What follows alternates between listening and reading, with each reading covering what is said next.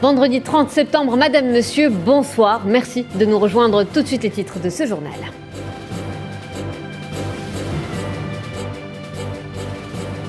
Burkina Faso, mouvement militaire à Ouagadougou. Très tôt ce matin, des rafales de tir ont été entendues dans plusieurs endroits de la capitale. Des pourparlers en cours pour ramener le calme.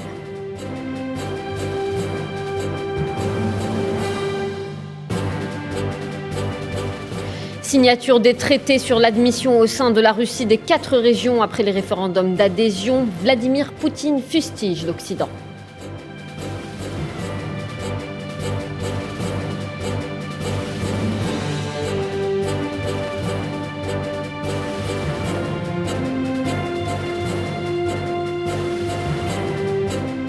La question sahraoui au cœur de l'actualité. La RASD renforce ses relations avec la Mauritanie au moment où le conflit du Sahara occidental est abordé au sommet euro-méditerranéen par la France.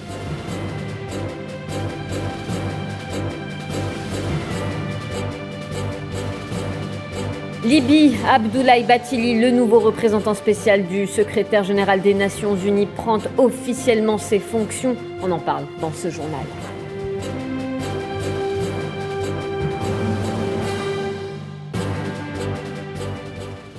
À la une de ce journal, la situation semble particulièrement tendue au Burkina Faso. Elle ferait craindre un deuxième coup de force militaire. Très tôt ce matin, des rafales de tir ont été entendues dans plusieurs endroits de la capitale, près du camp militaire de Babassi, aux environs du palais présidentiel, mais aussi au quartier Ouaga 2000. Le président de la transition, le colonel Paul-Henri Damiba, appelle au calme. Il indique que des pourparlers sont déjà engagés avec les militaires mécontents. Tinhinen Makassi. C'est sur des rafales dans plusieurs quartiers de la capitale que les habitants de Ouagadougou se sont réveillés en cette matinée. Des tirs qui ont tout de suite installé un climat d'inquiétude sur l'ensemble du territoire burkinabé, faisant craindre un deuxième coup de force militaire. Pour l'heure, la situation est confuse au Burkina Faso, titre la presse locale en ce 30 septembre, laissant envisager plusieurs scénarios. Si les habitants de la ville ont vaqué à leurs occupations quotidiennes comme d'habitude, les banques qui jonchent l'avenue Wayne Nkrumah sont restées fermées, au même titre que les écoles proches des lieux de tir. Par ailleurs, des militaires se sont déployés sur l'avenue de l'Indépendance. Même si pour le moment aucune confirmation de coup d'État n'a été annoncée, les observateurs affirment déjà que les fidèles du lieutenant-colonel Emmanuel Zongara, arrêté le 10 janvier dernier pour tentative de coup d'État, pourrait bien être derrière ces coups de feu. D'ailleurs, des partisans de ce dernier se sont rassemblés aujourd'hui même à Ouagadougou pour réclamer sa libération. Cela dit, la presse burkinabé, qui dès ce matin était déjà sur ces événements, en les suivant de près, avance la thèse d'un mouvement de protestation de l'unité Cobra, un corps d'élite de l'armée du Burkina Faso, qui réclame des primes promises. Thèse confirmée par le gouvernement de la transition, qui indique par ailleurs qu'aucun de ses membres n'a été arrêté, avant d'ajouter que des tractations avec les officiers sont déjà en cours pour éviter toute forme d'escalade des tensions. Et plusieurs centaines de personnes, dont certaines brandissent des drapeaux russes, se sont rassemblées cet après-midi sur la grande place de la Nation à Ouagadougou. Ils réclament une coopération militaire avec la Russie. Ils rejettent la présence militaire française au Sahel et exigent le départ du lieutenant-colonel Damiba.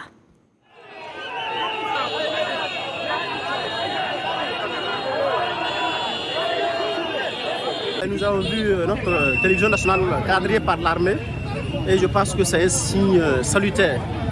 Voilà, parce que ce que nous regardons, notre président, ex-président Damiba, qui n'a aucune vision pour le peuple, qui ne se soucie pas du peuple. Nous voulons un changement vraiment profond, un changement qui va apporter la paix au Burkina Faso. Même s'il faut 10 coups d'État, nous trouverons la bonne solution. Les Burkinabés ne sont plus d'accord avec les partenariats qui nous lient avec la France. Et nous ne sommes pas pour les coups d'État, mais nous sommes les coups d'État qui vont nous amener à coopérer avec des partenaires qui seront des partenaires gagnant-gagnant. Et nous disons que la France est en connivence avec les terroristes. Si en réalité la France qui nous a colonisés voulait réellement finir avec cette crise, elle aurait pu finir cette crise. Les tensions sont toujours palpables au Burkina Faso. On vient de le constater ensemble après que des tirs à l'arme lourde ont été signalés dans la capitale Ouagadougou. La radiodiffusion télévision de Burkina a brièvement été suspendue et elle a justement suspendu ses émissions avant de les reprendre peu après. Plusieurs axes de la ville ont été barrés par des militaires postés sur les principaux carrefours de la ville, notamment devant le siège de la télévision nationale dont le signal a été interrompu encore une fois pendant plusieurs heures. Et au Mali, une mission de haut niveau a été dépêchée par la CEDEAO. Elle rencontre le président de la transition Assimi Goïta. Objectif, tenter de dénouer la crise diplomatique qui oppose le pays à la Côte d'Ivoire à propos du sort de 46 soldats ivoiriens arrêtés le 10 juillet à leur arrivée au Mali. Des progrès semblent avoir été accomplis vers une libération de ces derniers lors de cette rencontre qui avait été mandatée en sommet le 22 septembre dernier par les dirigeants des États membres de la CEDEAO.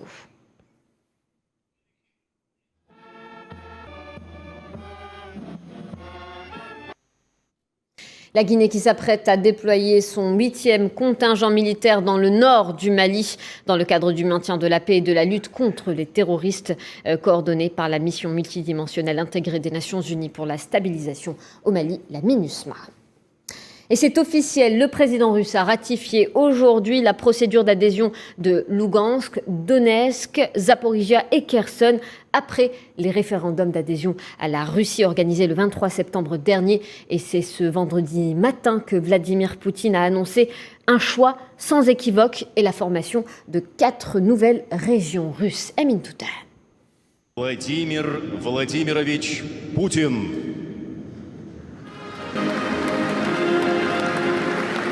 Aux côtés des dirigeants des 4 nouvelles régions rattachées à la Russie, et d'un ton ferme, le président russe Vladimir Poutine a ratifié ce vendredi la procédure d'adhésion des républiques de Donetsk et Lougansk et des régions de Zaporijia et de Kherson.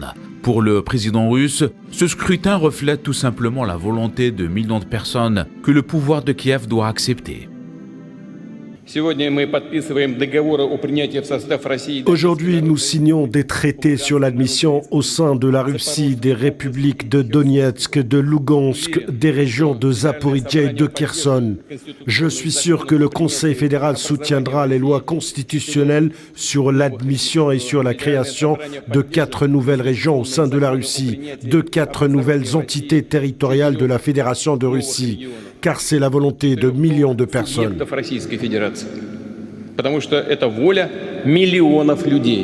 Une allocution à travers laquelle Vladimir Poutine n'a pas manqué de fustiger l'Occident, qui n'admet pas une coopération égal à égal avec Moscou. Un Occident qui, selon Poutine, veut voir la Russie comme une colonie. L'Occident ne nous souhaite pas la liberté. Ils veulent nous voir comme une colonie. Ils ne veulent pas une coopération égale avec nous, mais du vol. Ils ne veulent pas nous voir comme une société libre, mais comme une foule d'esclaves sans âme. Pour Vladimir Poutine, l'époque soviétique est révolue et la Russie ne s'efforcera pas de la faire. L'Union soviétique n'est plus là. Nous ne pouvons pas ramener le passé et la Russie n'a pas besoin de cela. Nous ne nous efforcerons pas de le faire. Un discours à l'issue d'un référendum d'adhésion et qui pourrait être un tournant majeur dans le conflit. Le bras de fer entre le Kremlin et les différentes capitales européennes qui rejettent le rattachement des 4 régions à la Russie risque de connaître d'autres rebondissements au moment où l'Union européenne a annoncé un 8e paquet de sanctions.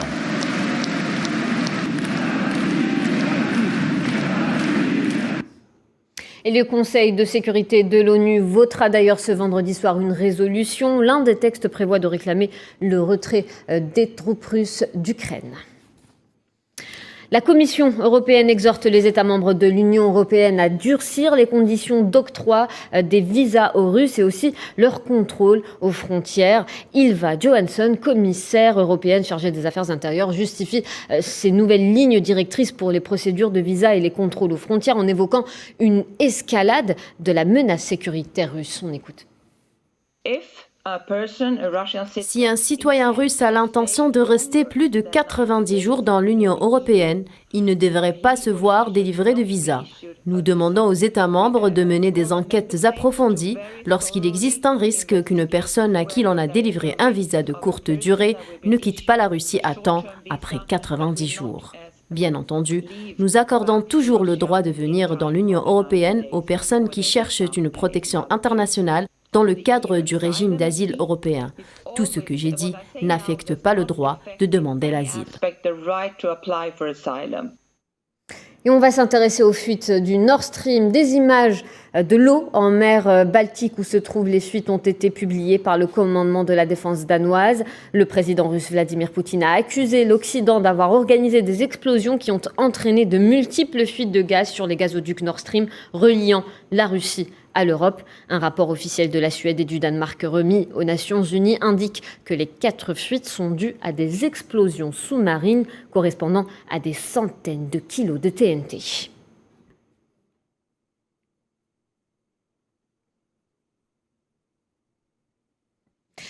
On reste en Europe où les ministres européens de l'énergie ont trouvé un accord sur les mesures d'urgence pour aider ménages et entreprises de l'Union européenne face à l'explosion des factures.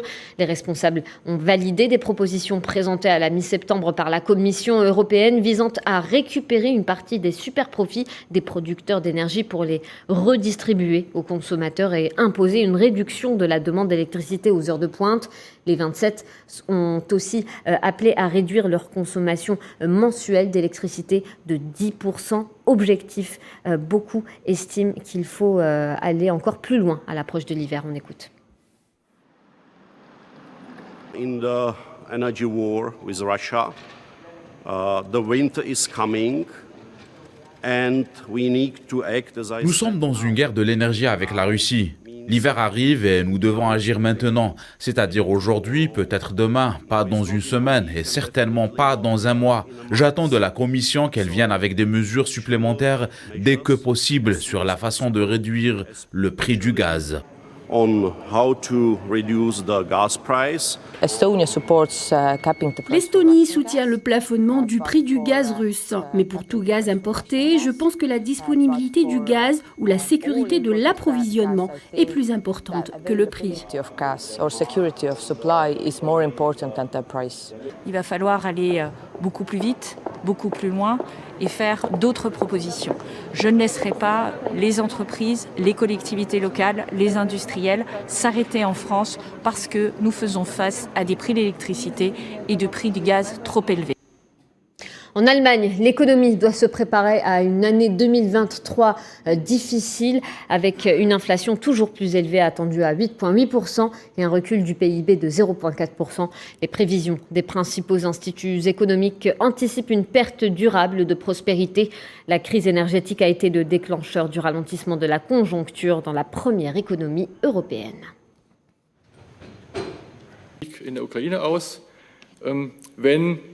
Si les livraisons de gaz naturel de la Russie vers l'Europe devaient être complètement interrompues, cela entraînerait probablement une récession encore plus forte dans les économies européennes au cours du trimestre d'hiver. Nous voulons souligner qu'en plus des charges à court terme qui pèsent sur l'économie allemande, des charges à plus long terme subsisteront. La perte de prospérité due à la fuite des revenus en raison de la hausse des prix de l'énergie persistera également à long terme. Ce n'est pas un phénomène passager, mais cela nous occupera plus longtemps. L'Allemagne qui annonce vouloir débloquer jusqu'à 200 milliards d'euros supplémentaires pour plafonner les prix du gaz et de l'électricité et soulager les particuliers et les entreprises au moment où l'Union européenne est confrontée à une crise énergétique sans précédent depuis 50 ans. Et on va parler diplomatie à présent. 8e session de consultation politique algéro-française ce vendredi à Paris. Cette session a été co-présidée par le secrétaire général du ministère algérien des Affaires étrangères, Ammar Bellani, et la secrétaire générale du ministère français de l'Europe et des Affaires étrangères, Anne-Marie Descotes. Les discussions ont permis d'identifier des pistes concrètes pour le renforcement de la coopération en prévision de la 5e session du comité intergouvernemental de haut niveau algéro-français prévue à Alger le 9 et 10 octobre. Ces consultations ont été l'occasion également d'échanger sur les questions régionales et internationales d'intérêt commun, particulièrement la question du Sahara occidental, entre autres.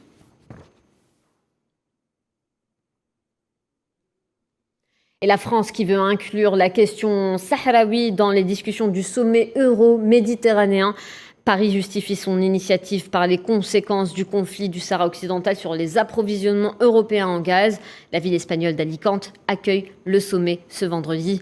Les chefs d'État et de gouvernement des 9 pays du sud de l'Union européenne, ainsi que la présidente de la Commission européenne Ursula von der Leyen et le président du Conseil européen Charles Michel y seront présents.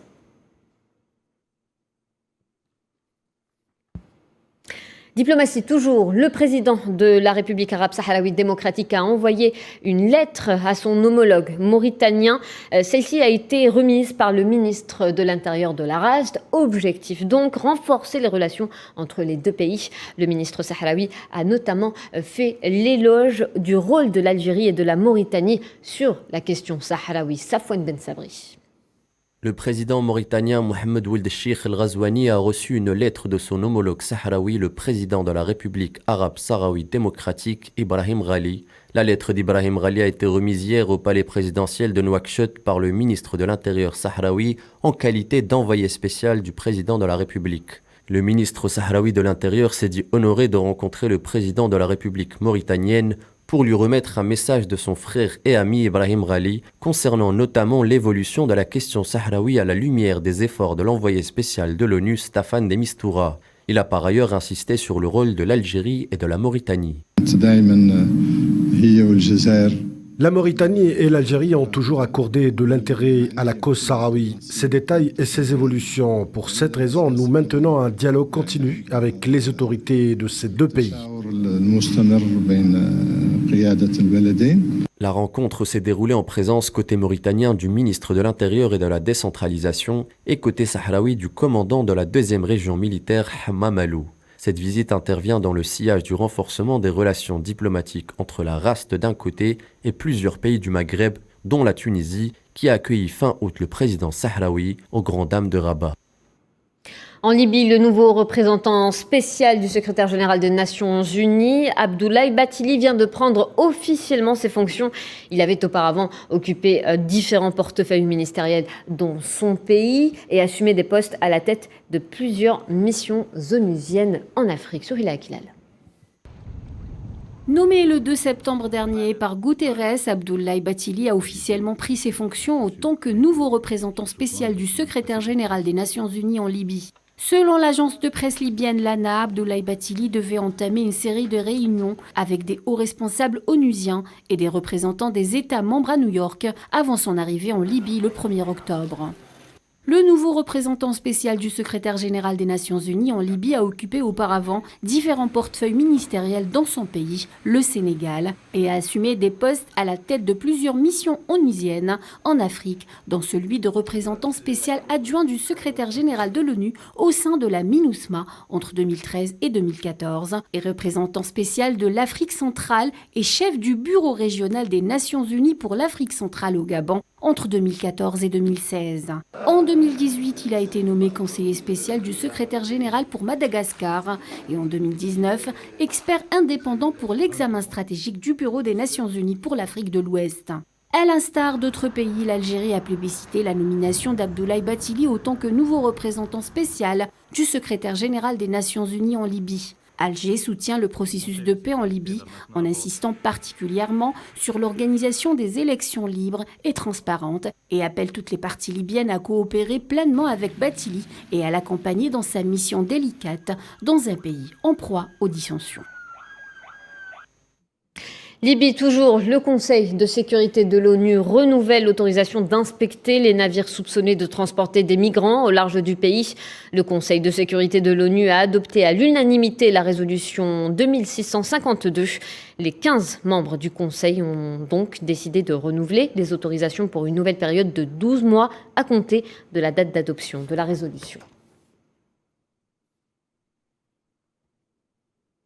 Une enquête a été exigée par l'ONU concernant le meurtre de l'enfant palestinien Ryan Suleiman. L'enfant de 7 ans est décédé sous les balles des forces de l'occupant dans la ville occupée de Tekoa en Cisjordanie. Par ailleurs, le secrétariat général de l'Organisation de coopération islamique a dénoncé l'agression sioniste contre le camp de réfugiés de Jenin, considérant que ce crime persistant contre le peuple palestinien nécessite une condamnation devant la Cour pénale internationale. Élections législatives au Koweït, 28 des 50 sièges du Parlement ont été pourvus par des membres de l'opposition. 2 femmes, Ali Al-Khaled et Jenan Boucheri, ont été élues parmi les 22 candidates qui étaient en lice. Ces résultats insufflent plutôt un vent d'espoir et de changement dans la société koweïtienne. Les électeurs étaient de nouveau appelés aux urnes hier pour des législatives, les 6e en 10 ans.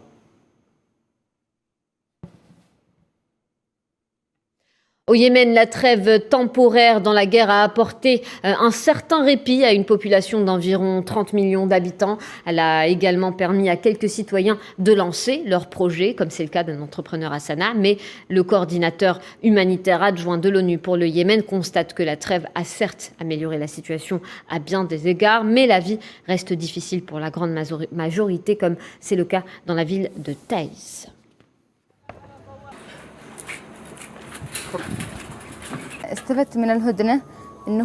Grâce à la trêve, les prix des aliments pour animaux et ceux de l'essence ont baissé. C'était plus facile de faire venir des aliments et des chèvres de Hodeïda et d'autres régions, car leurs prix ont baissé. Avant la trêve, les prix étaient très élevés, surtout ceux du fourrage.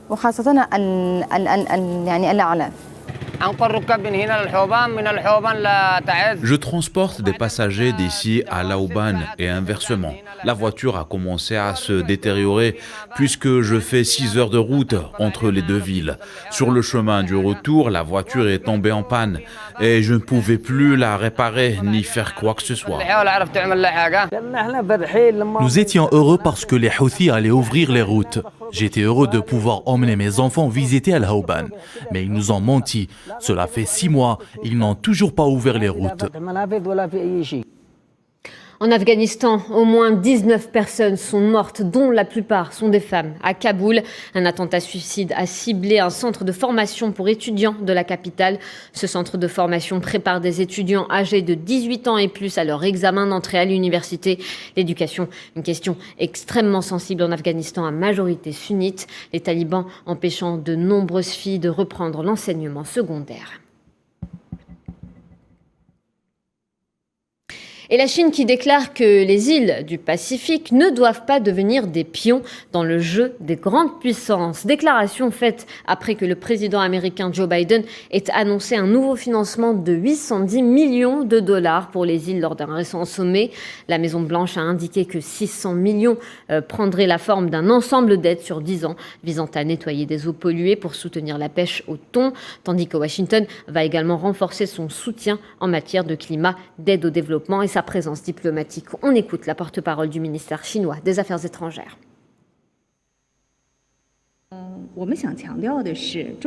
La Chine attache une grande importance au développement des relations avec les pays insulaires du Pacifique, mais nous insistons toujours sur le fait que tous les pays, grands ou petits, sont égaux. Et nous respectons pleinement la souveraineté et la volonté des pays insulaires lors du développement de ces relations. Notre coopération avec les pays insulaires du Pacifique est ouverte et transparente, sans conditions politiques, et nous n'imposons rien aux autres, et encore moins à une tierce partie. En Haïti, les citoyens manifestent contre la hausse des prix du carburant. Ils exigent le départ imminent du gouvernement d'Ariel Henry. Il est pour eux incapable de gérer la crise multidimensionnelle que traverse le pays. Le détail avec Imen Merad. Les Haïtiens protestent contre la rareté et la hausse des prix du carburant et exigent le départ du gouvernement d'Ariel Henry, incapable d'étouffer la crise multidimensionnelle que traverse le pays. Monsieur le Premier ministre Ariel Henry a dit que le pays marche bien. Alors, Monsieur le Premier ministre, je veux vous demander si vous n'achetez pas, vous aussi, des produits de première nécessité chez vous. Confrontés à la même situation, même si vous dites que le pays va bien. Regardez la situation dans laquelle nous vivons. Nous n'avons pas de sécurité. Nous ne pouvons pas circuler dans le pays. Qu'est-ce que vous faites à la tête du pays ? Vous êtes un insouciant. N'avez-vous pas une femme ou des enfants ? vous ne servez à rien. La colère des Haïtiens contre leurs responsables politiques couvait déjà depuis plusieurs mois, attisée par l'insécurité, la hausse du coût de la vie et les pénuries du carburant. Les manifestations récurrentes, émaillées de violence, ont pris une ampleur sans précédent dans diverses grandes villes haïtiennes, allant jusqu'à paralyser le pays. En cause, une augmentation du prix des produits pétroliers, entrée en vigueur le 4 septembre dernier. Lundi, des responsables de l'ONU ont tiré la sonnette d'alarme devant le Conseil de sécurité sur la situation humanitaire en Haïti, promettant de se pencher sur de nouvelles mesures contre les violences qui ravagent le pays. Une crise économique, une crise des gangs et une crise politique ont convergé pour créer une catastrophe humanitaire. Nous ne devons pas perdre espoir, mais plutôt combiner nos efforts pour trouver la voie d'un avenir meilleur. Une solution politique menée par les Haïtiens est la première étape nécessaire pour résoudre la crise actuelle. Pour soutenir les Haïtiens dans leurs efforts vers un avenir meilleur, ce Conseil doit agir de toute urgence. L'ensemble des activités ont été paralysées au niveau du transport en commun et du commerce informel. Les magasins, les banques commerciales, les maisons de transfert gardent leurs portes fermées depuis plus de 2 semaines. On va parler technologie à présent. On va s'intéresser à ce nouveau casque de pompier intelligent au Royaume-Uni. Il a été imaginé par les chercheurs de l'Université d'Édimbourg. L'objet permettrait aux combattants du feu de naviguer dans des environnements dangereux et localiser efficacement les victimes d'un incendie. Nali Menzekar. On se croirait dans un jeu vidéo. Et pourtant, ceci est le nouveau prototype du banal casque de pompier. Imaginé par un groupe de chercheurs d'Édimbourg, ce casque est un bijou technologique fonctionnant avec un système d'intelligence artificielle. Son but serait d'aider les pompiers à cartographier rapidement leur environnement, à naviguer dans des environnements dangereux et à localiser efficacement les victimes d'un incendie. Les pompiers sont des héros, tout le monde le sait. Mais nous voulons aussi qu'ils aient cette capacité de super-héros, voir à travers la fumée, voir à travers l'obscurité et avoir cette capacité de trouver des solutions efficaces pour la recherche et le sauvetage.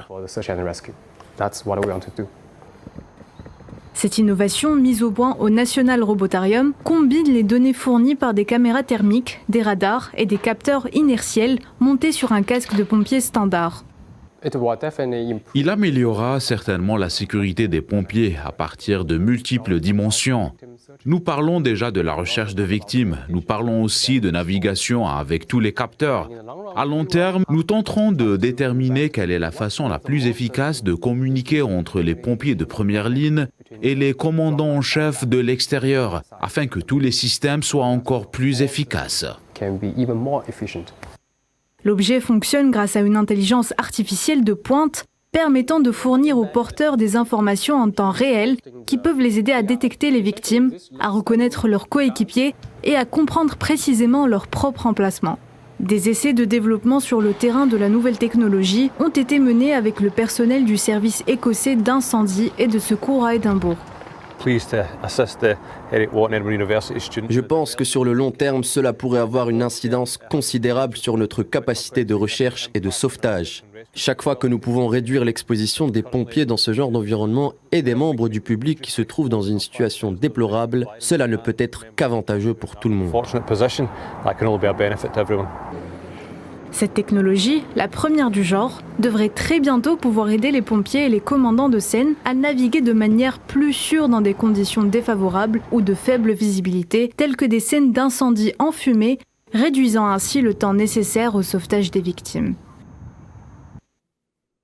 Et voilà, c'est la fin de ce journal. Merci de votre attention. Je vous retrouve demain, même heure, même chaîne. Je vous souhaite une excellente soirée. Bonsoir.